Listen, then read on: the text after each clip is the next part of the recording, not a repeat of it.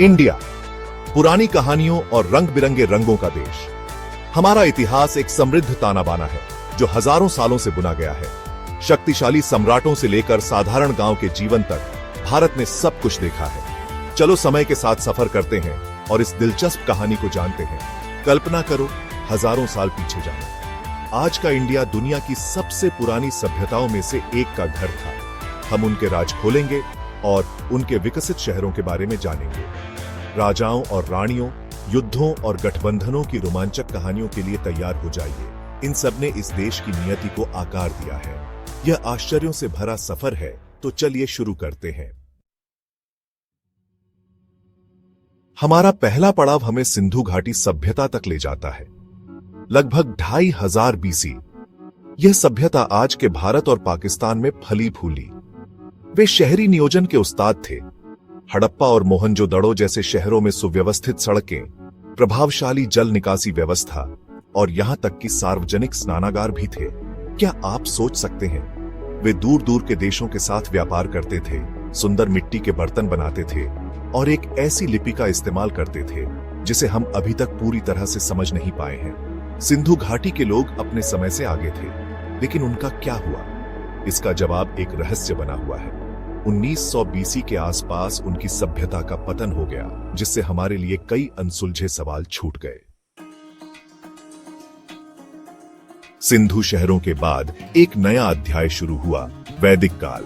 1500 से 500 बीसी तक की यह अवधि वेदों के नाम पर है, जो पवित्र ग्रंथ हैं जिनमें भजन, अनुष्ठान और दार्शनिक विचार हैं।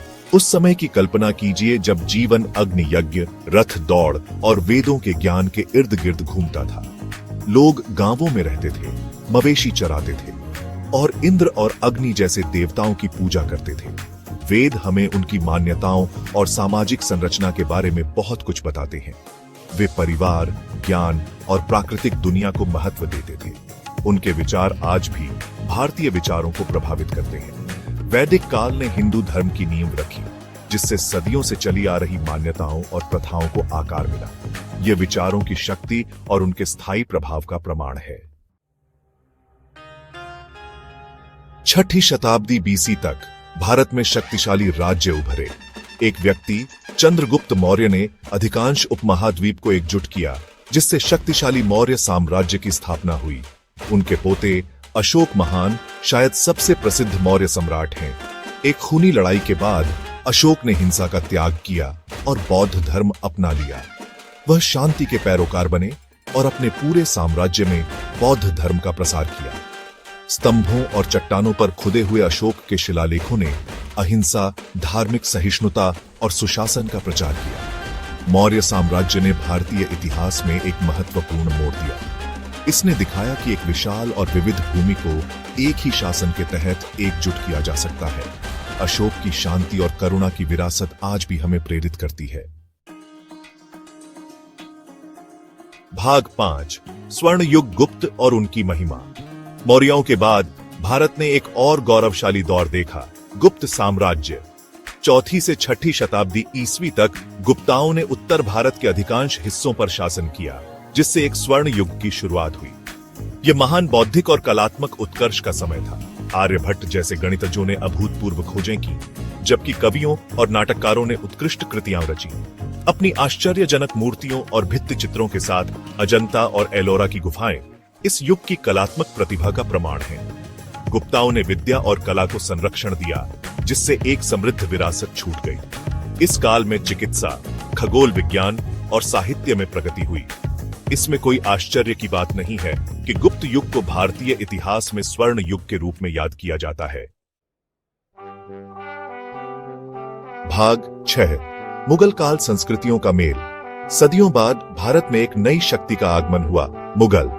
इन मध्य एशियाई शासकों ने 16वीं शताब्दी में एक विशाल साम्राज्य की स्थापना की, जिससे भारतीय कला, वास्तुकला और संस्कृति पर एक अमिट छाप छूटी।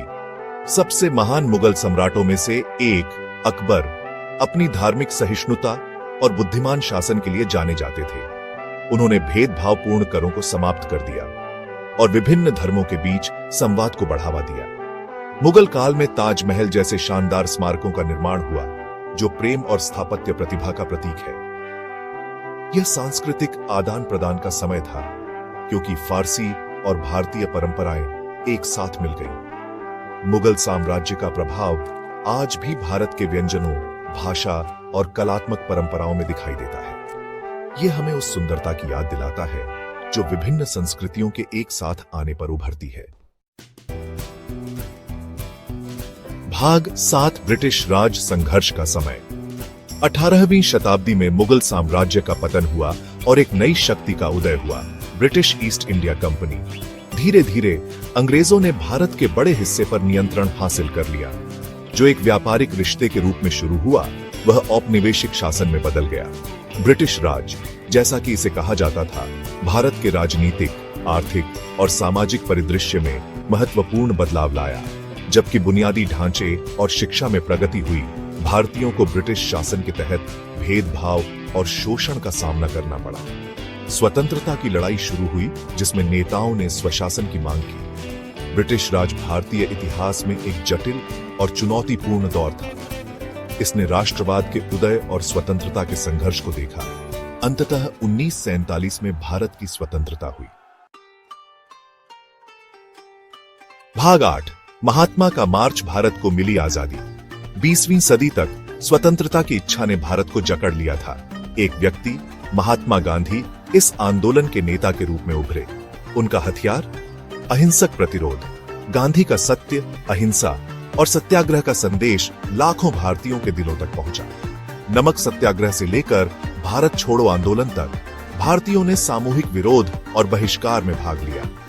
अंततः 15 अगस्त 1947 को भारत ने अपनी लंबी लड़ाई लड़ी आजादी हासिल की। यह खुशी और उत्सव का क्षण था, लेकिन विभाजन का भी, क्योंकि भारत और पाकिस्तान अलग अलग राष्ट्र बन गए। गांधी के नेतृत्व और अनगिनत भारतीयों के बलिदान ने स्वतंत्रता का मार्ग प्रशस्त किया। यह शांतिपूर्ण प्रतिरोध की शक्ति और एक राष्ट्र की अटूट भावना का प्रमाण था। भाग 9 आधुनिक भारत, अतीत की विरासत। स्वतंत्र भारत ने अपार चुनौतियों का सामना किया। गरीबी, निरक्षरता और एक नए राष्ट्र के निर्माण का कार्य। जवाहरलाल नेहरू जैसे नेताओं ने एक लोकतांत्रिक और आधुनिक भारत की नींव रखी। आज भारत एक जीवंत लोकतंत्र है, विविध संस्कृतियों, भाषाओं और धर्मों की भूमि है। यह एक गतिशील राष्ट्र है जो प्रगति और विकास के लिए प्रयास कर रहा है। हमारी जीत और संघर्षों के साथ हमारे इतिहास ने हमारे वर्तमान को आकार दिया है। सिंधु के प्राचीन शहरों से लेकर मुगल स्मारकों तक, गांधी के शांति संदेश से लेकर आधुनिक भारत की आकांक्षाओं तक, हमारा अतीत हमें प्रेरित और मार्गदर्शन करता रहता है। जैसे जैसे हम 21वीं सदी की जटिलताओं से गुजरते हैं, हमारे इतिहास को याद रखना पहले से कहीं अधिक महत्वपूर्ण है। यह हमें हमारी क्षमता, हमारे लचीलेपन और एक राष्ट्र के रूप में हमारी साझा यात्रा की याद दिलाता है।